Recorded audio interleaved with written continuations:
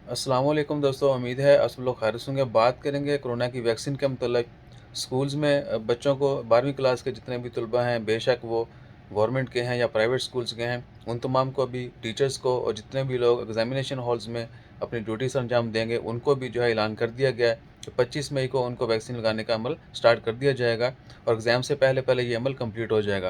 यानी 12वीं क्लास के तमाम तलबा को वैक्सीन लगेगी, टीचर्स को लगेगी, उसके अलावा एग्ज़ामिनेशन सेंटर में जितने भी लोग अपनी ड्यूटीज़ अंजाम देंगे, उनको भी 25 मई को जो है वैक्सीन लगाने का अमल शुरू कर दिया जाएगा और इसमें गवर्नमेंट, प्राइवेट सभी लोग शामिल हैं।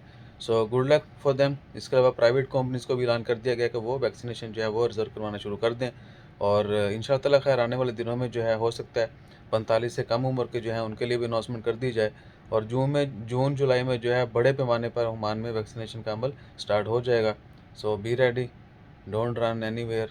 और अगर किसी को कोई बीमारी है पहले से, तो वो लाज़मी तौर पर जो है कंसल्ट करे डॉक्टर से, पहले चेकअप करें कि अगर आपको कोई भी दूसरी बीमारी है, कोई दूसरी मेडिसिन ले रहे हैं, कोई दूसरी वैक्सीन इस्तेमाल कर रहे हैं, तो क्या आप ये वैक्सीन लगवा सकते हैं या नहीं। तो इस चीज़ का लाज़मी तौर पर ख्याल रखिएगा और हमारा ख्याल रखने के लिए लाइक, शेयर, सब्सक्राइब कीजिएगा। अपना ख्याल रखिए, दुआओं में याद रखिए।